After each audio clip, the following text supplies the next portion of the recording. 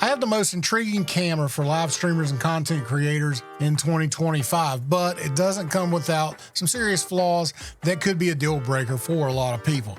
So let's talk about NearStream's VM20 live streaming camera. So the VM20 was sent to me by NearStream for review, free of charge, but I did not pay for this. They did not pay for the video, and they just want a fair review. That's all they're asking. So that's what I'm going to do. So this camera was given to me. I wanted to try it out for a specific situation at our church, mainly because it does come with an HDMI. All right, so what do you get in the box? Well, in addition to the camera itself, you get a remote that controls the camera and does different things like zoom and framing and all of that sort of thing, and power. You also get a USB cable, and you get the typical paperwork, your guide and your warranty. So as I was mentioning, you can power the NearStream VM20 using a battery pack such as this one from Anchor. I'll provide a link in the description if you are interested in this option, but it is as simple as plugging a USB cable up to the power port to the battery, and then the camera will turn on.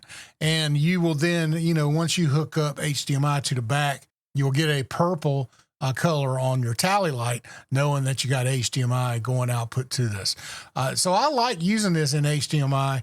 And, if you are on the webcam, obviously, the USB is going to be a great option if you're using this on a regular PC for live stream. But for my scenario, I'm actually using this in my broadcast at my church. So HDMI is really the option because I have a couple different ways I can go about it.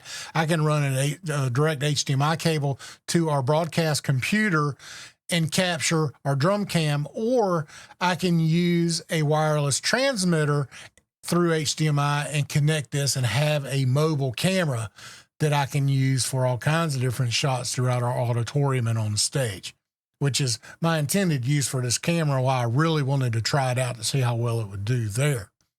So let's go over to my other computer over here where I have my video switcher hooked up, and I can give you some video clips and show you the zoom capabilities of the VM20 on a switch like my OC GoStream or directly through USB into OBS. And then we'll talk about some of the things that I like about this and some of the things that I'm not crazy about.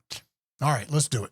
All right, everybody, this is the VM20. Now, the VM20 is currently going through my video switcher through HDMI. I also have it hooked up USB into my computer here.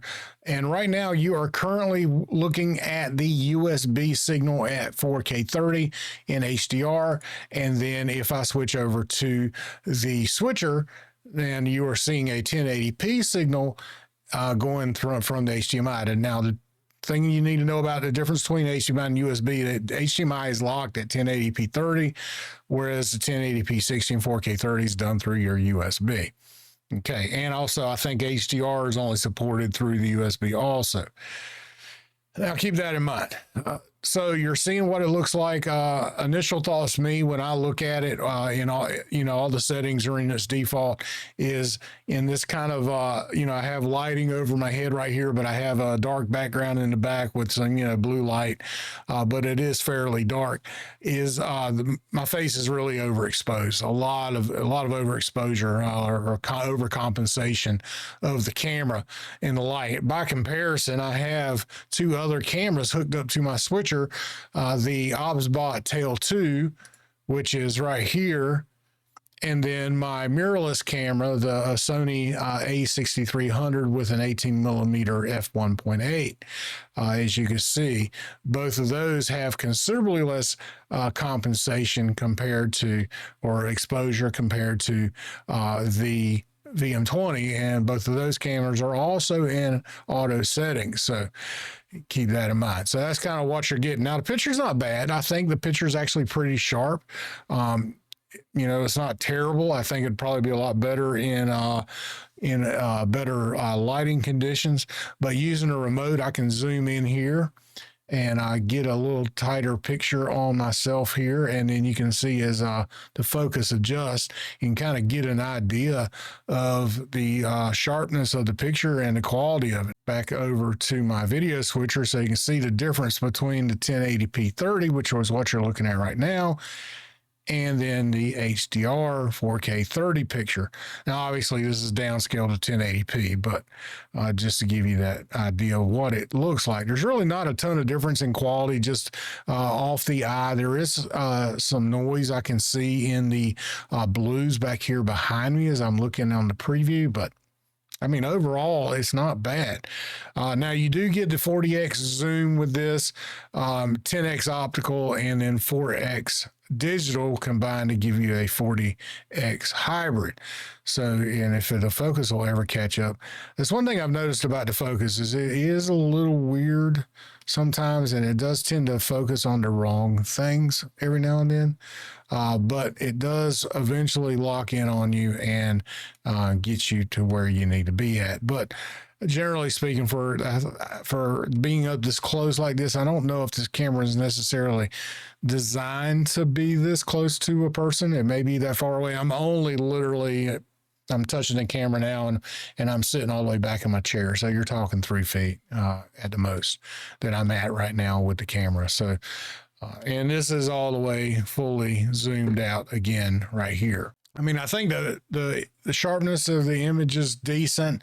The problem lies in your control with color. You don't have a lot of settings. You got basic settings in NearSync. You have just basic brightness control, saturation, brightness, contrast, and you do have hue control. And you have frequency anti-flicker between 50 and 60 hertz, which I just, turned on. So, that's the difference. You just see just slight difference in coloration between the HDMI and the USB, which I am currently on. It seems like my shirt may be a little darker right here in USB. Or in HDMI compared to USB, which has a little bit more of a lighter tone to it. Again, you're seeing just a difference in the way the camera is processing between USB and HDMI. Currently, HDMI looks like it's got a little bit more a redder tone to it in the back compared to, or a warmer tone compared to the USB, which would be a little cooler looking overall. Now, when it comes to white balance, you do not have white balance control on the NearStream. So you're kind of stuck with what you got. So you need to consider that when you're looking at using it with multiple cameras of different manufacturers. So just to give you a comparison of what these look like, this is my Tail 2 from OBSBot in auto, and then this is my Sony a6300 mirrorless camera in auto. So you can just see the differences. But the thing about the Tail 2 and the Sony compared to the NearStream is both of these have white balance control. So I can try to color correct and balance these as much as I can and get them pretty close to each other, whereas I'm kind of stuck with the NearStream VM20. So if you're going to use this as a multicam setup, you might consider buying multiple VM20s and using them all together. That way you have 3 matching cameras. Now, for a situation like I have at my church, where I can use the VM20 in a very specific scenario, and by the way, just check this out too. This is another thing where you have the auto compensation you have no control over, and it does change the color of the VM20, based on what kind of light it's getting. That's another thing too, is you do not have compensation lock. So, you're constantly getting a change in your picture. Maybe in a firmware update or software update with the NearSync software, they can add white balance in the future, and that would be a nice add. Currently, you have a white balance button on your remote, but I don't really know what that does. I don't really see where it say, right now it's in auto white balance. But I can't turn it, that's the only mode it has. That's all it does. So you do have some menu options here by pressing this little button right here. you do get menu options where you can do image control, where you can get brightness, contrast, saturation, hue, your anti-flicker. You can turn HDR on, and you can flip this vertical and horizontal. Now, this does not do what I would call authentic vertical, because it basically just flips your portrait 90 degrees. It does not flip your whole image, so you're not actually vertical. You would have to readjust your camera to get that vertical shot. But the image, it's not terrible. I wouldn't say it's great. Obviously, this is the best of the three that you're going to get, and rightfully so. Cameras in this build is probably over $1,000. But the Tail 2, being $1,300 camera, you can see where it actually is a little bit closer in quality to the DSLR compared to the VM20. But the sensor in the Tail 2 is a little bit bigger. It's a 1/1.5 inch, whereas the VM20 is I believe a 1/2.55 inch. So just give you an idea of what you're dealing with. I don't know. I think the VM20 will work for people, but I don't think it's going to be DSLR quality as they suggest on the website. So obviously, you can tell the difference between a DSLR or a mirrorless camera and the NearStream. So, but for a webcam, it looks good. I think the zoom is really nice. I do have some footage that I used this Wednesday night, and used the zoom exclusively to see how well it looked in a broadcast scenario. And I think it looked decent, other than the fact that, you were locked to the color issues because you just could not get them to match the other cameras. So anyway, that's really it, though. I appreciate NearStream sending me the VM20. Obviously, it's going to be a very niche camera, I think, for a lot of people. I don't know if I would necessarily recommend this for a lot of professional or semi-professional broadcast situations, or churches for that matter. I think you're looking for a little bit more than what this offers. This does also do RT-SP. It would be nice if it did SRT. But the RTSP, you can get that in the camera information and get the address there and run RTSP into your broadcast software. If you wanted to do that, again, there's going to be a lot of delay, so you just need to keep that in mind. So, but other than that, if you got any questions about the VM20, let me know. The two big drawbacks on this, obviously, the lack of color control. And number two, I understand why HDMI is at 1080p, so that it can be compatible with switches that do not do downscaling. My GoStream, OC GoStream, does not downscale. You have to actually have the camera set to 1080p for the signal to be processed inside the video switcher. So I understand why they chose to go the route that they did, but I don't understand why you cannot have downscaling options off of HDMI like most cameras do. So I would love to have 4K 30 options in HDMI. It really is a question to me why they did not allow you to have the downscaling options there, but it is what it is. At least you can do it in USB, I guess. And for that matter, it's a glorified webcam with a zoom. And I see situations where you could possibly use it, say a cooking stream or something like that, or even a podcast.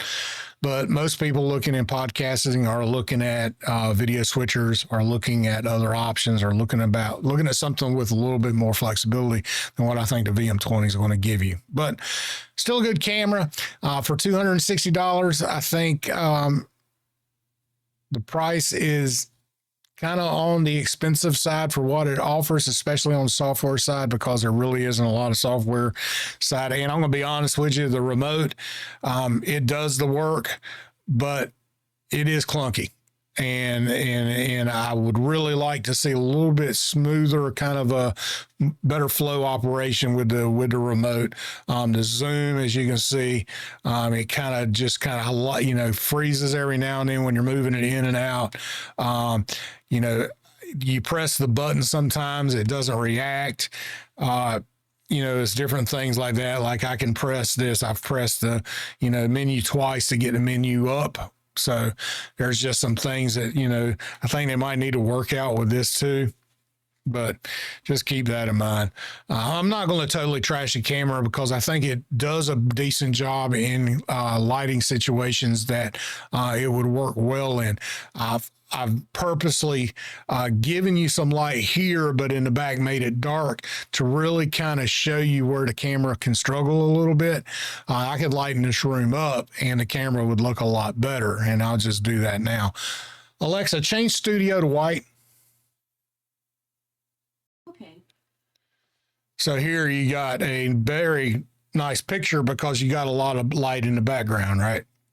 So, and you can compare it now compared to the Tail 2 and the Sony, and you can just kind of see that even if it being a little more overcompensated or overexposed compared to the other two cameras, the image quality is quite nice when you have good lighting. So, you know, you can obviously see the differences though in color compared to the Tail 2 and the Sony, where the Tail 2 and the Sony are a lot closer together than this. So again, it's just one of those things, and both of these are in auto settings, so they've adjusted too, just like the NearStream had to. But the NearStream, this is a good picture right here, right? It looks good. With plenty of light, but when you get in low light scenarios, you really start to see the flaws. So that's my 2 cents on the camera. Again, thank you NearStream for sending me the camera. I do appreciate it. Another thing that I've really like to do, and I might try to do this again before I actually publish this video, but I have not been able to get the microphone to work. So I might try a couple different ways to get the microphone to actually register inside of OBS to get it to work right. And I may even try to hook up, say a, you know, wireless go-to or something to the 3.5 millimeter in the back and see if I can get that to work. But anyway, thank you everybody for watching. I hope you have a good day. We'll see you later.